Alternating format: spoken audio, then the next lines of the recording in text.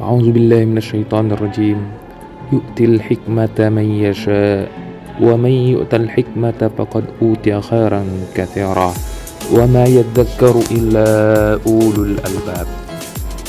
Dia memberikan hikmah kepada siapa yang dia kehendaki.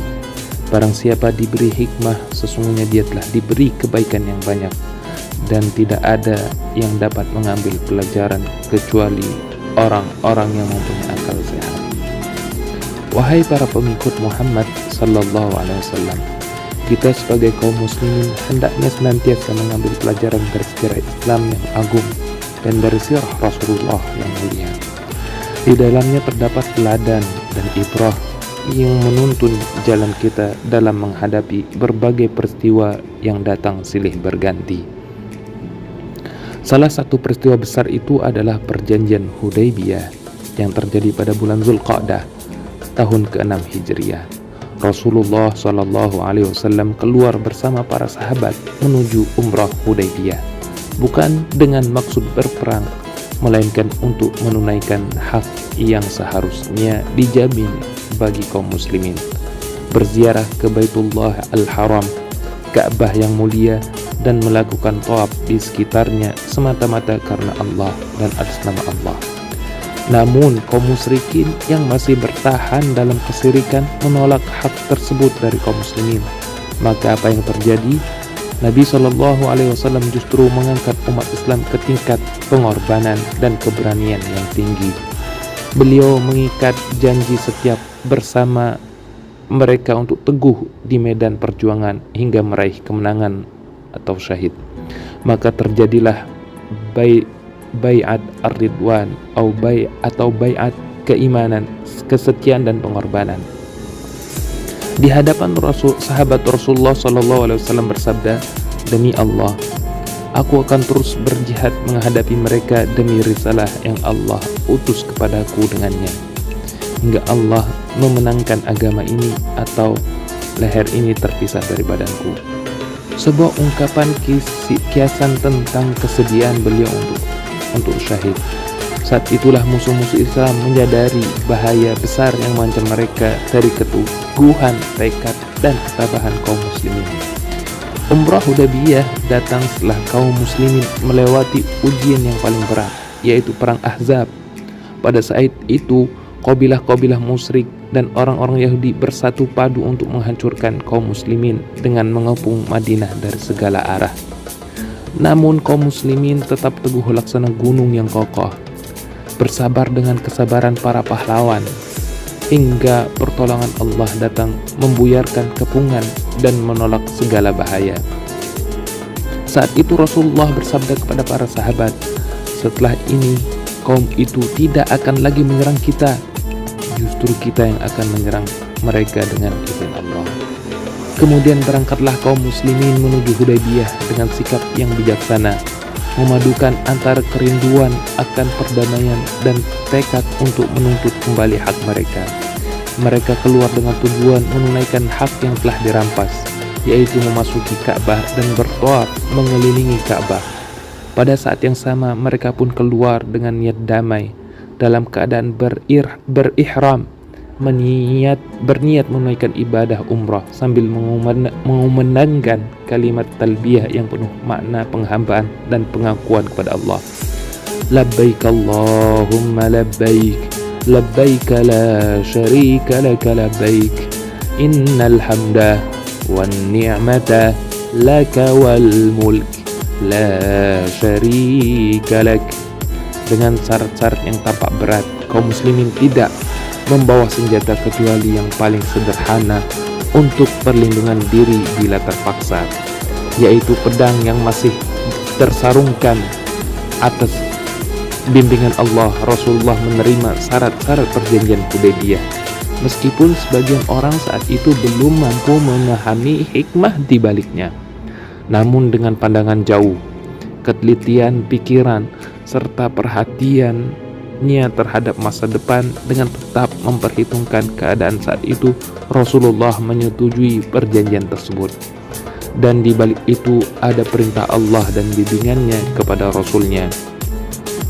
"Wa ma yantiqu 'anil hawa in huwa illa wahyun yuha, dan tidaklah ia Muhammad berbicara menurut hawa nafsunya, melainkan semua itu wahyu yang diwahyukan. Adapun syarat-syarat perjanjian itu mencakup 4 hal utama. Yang pertama, penghentian peperangan selama 10 tahun. Yang kedua, kebebasan bagi kabilah-kabilah lain untuk bergabung dengan persekutuan kaum muslimin atau dengan kaum musyrikin. Siapapun dari Mekah yang bergabung dengan kaum muslimin harus dikembalikan, sementara siapapun dari kaum muslimin yang kembali kepada kaum musyrikin tidak perlu dikembalikan.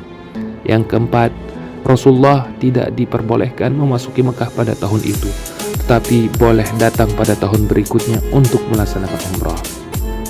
Sekilas syarat-syarat ini terasa berat dan merugikan, namun dengan pertolongan Allah dan hikmah yang terkandung di dalamnya, perjanjian itu justru membuka pintu kebaikan yang besar dan kemenangan yang nyata. Penghentian peperangan selama masa itu menjadi kesempatan emas untuk menyebarkan Islam, menyampaikan dakwah ke berbagai penjuru, serta menjalin hubungan baik dan kerjasama antara kaum muslimin dan pihak lain. Kaum muslimin memperoleh kebebasan bergerak di seluruh jazirah Arab dalam 2 tahun setelah perjanjian Hudaybiyah. Jumlah orang yang masuk Islam lebih banyak daripada jumlah mereka yang masuk Islam selama 15 tahun sebelumnya. Sejak awal dakwah hingga perjanjian itu, pintu-pintu hati yang sebelumnya tertutup kini terbuka untuk mempelajari Islam, memahami kebenarannya, dan akhirnya masuk ke dalamnya dengan penuh kesadaran. Kita ingat bahwa Rasulullah berangkat menuju Hudaybiyah hanya bersama 1.400 orang. Namun 2 tahun kemudian ketika berangkat menuju Fathu Makkah, beliau didampingi oleh 10.000 kaum muslimin. Adapun syarat yang membolehkan kabilah-kabilah untuk memilih bergabung dengan salah satu pihak ternyata membawa berkah dan kebaikan. Banyak kabilah akhirnya memilih untuk bergabung dengan kaum muslimin, termasuk kabilah Khuza'ah ketika kaum musyrikin melanggar perjanjian dengan menyerang Khuza'ah. Hal ini menjadi alasan kuat bagi Rasulullah menegakkan keadilan dan memberi balasan yang menjadi sebab terbukanya jalan menuju Fathu Makkah dan terwujudnya kemenangan besar bagi Islam. A'udzubillahi minasyaitonirrajim. Bismillahirrahmanirrahim. Idza jaa nasrullahi wal fath. Apabila telah datang pertolongan Allah dan kemenangan. Wa ra'aitan nasa yadkhuluna fi dinillahi afwaja, dan engkau melihat manusia berbondong-bondong masuk agama Allah. Fasabbih bihamdi rabbika wastaghfirhu innahu kana tawwaba.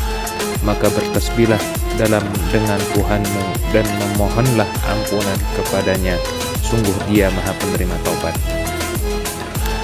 Adapun syarat yang menetapkan bahwa siapapun yang keluar dari Mekah menuju kaum muslimin harus dikembalikan, sementara siapapun dari kaum muslimin yang murtad lalu pergi kepada kaum musyrikin tidak wajib dikembalikan, ternyata justru menjadi sebab munculnya gerakan pengorbanan dan kesetiaan pada awal Islam. Orang pertama yang datang sebagai muslim setelah perjanjian itu adalah Abu Jandal bin Suhail bin Amr. Ketika Rasulullah hendak mengembalikannya sesuai syarat perjanjian, Abu Jandal merasa sangat berat lalu berseru dengan penuh kepedihan, "Wahai kaum muslimin, apakah aku akan dikembalikan kepada orang-orang musyrik, padahal mereka akan memaksaku keluar dari agamaku?" Maka Rasulullah SAW menenangkannya dengan sabda penuh makna, "Wahai Abu Jandal, bersabarlah dan harapkanlah pahala dari Allah. Sesungguhnya Allah akan memberikan jalan keluar dan pertolongan bagimu serta bagi orang-orang lemah bersamamu."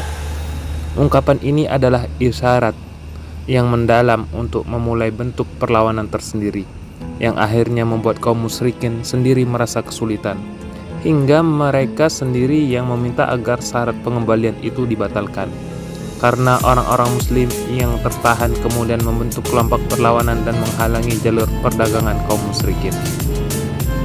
Sementara itu orang-orang yang murtad dari Islam lalu pergi bergabung dengan kaum musyrikin, mereka tidak lagi memiliki manfaat bagi Islam maupun bagi kaum muslimin. Maka tidak ada alasan bagi umat Islam untuk meminta mereka kembali. Sebagaimana firman Allah, Ya ayyuhalladzina amanu man yartadda minkum an dinihi fasawfa ya'tillahu biqaumin yuhibbuhum wa yuhibbunahu adillatin 'alal mu'minin 'izzatin 'alal kafirin yujahiduna fi sabilillah wa la yakhafuna lawmata la'im dzalika fadlullahi yu'tihi man yasha wallahu wasi'un 'alim.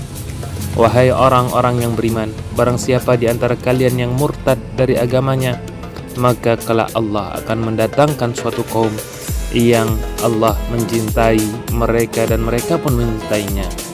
Mereka bersikap lemah lembut terhadap sesama orang beriman, tetapi tegas terhadap orang-orang kafir.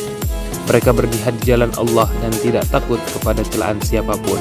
Itulah karunia Allah yang diberikannya kepada siapa yang Dia kehendaki. Dan Allah maha luas karunia-Nya lagi maha mengetahui. Adapun syarat keempat, yaitu penundaan umrah hingga tahun berikutnya, ternyata membawa kebaikan yang sangat besar. Umrah itu kemudian terlaksana dengan disaksikan dunia dan kaum musyrikin pun mengosongkan kota Mekah untuk kaum muslimin. Maka masuklah mereka ke dalamnya, menetap selama 3 hari, memandangi dengan penuh takzim berbagai tempat sucinya, dan mempersiapkan diri untuk kunjungan berikutnya yang Allah sajalah yang mengetahui waktunya serta hasilnya, yaitu kemenangan agung. Dari sinilah banyak ulama menilai perjanjian Hudaybiyah sebagai sebuah kemenangan besar karena ia menjadi kunci menuju kemenangan tersebut. Itulah sebabnya Al-Barra' bin Azib berkata, kalian menganggap kemenangan adalah Fatuh Mekah, padahal Fatuh Mekah memang kemenangan, tetapi kami menganggap kemenangan itu pada hari Hudaybiyah.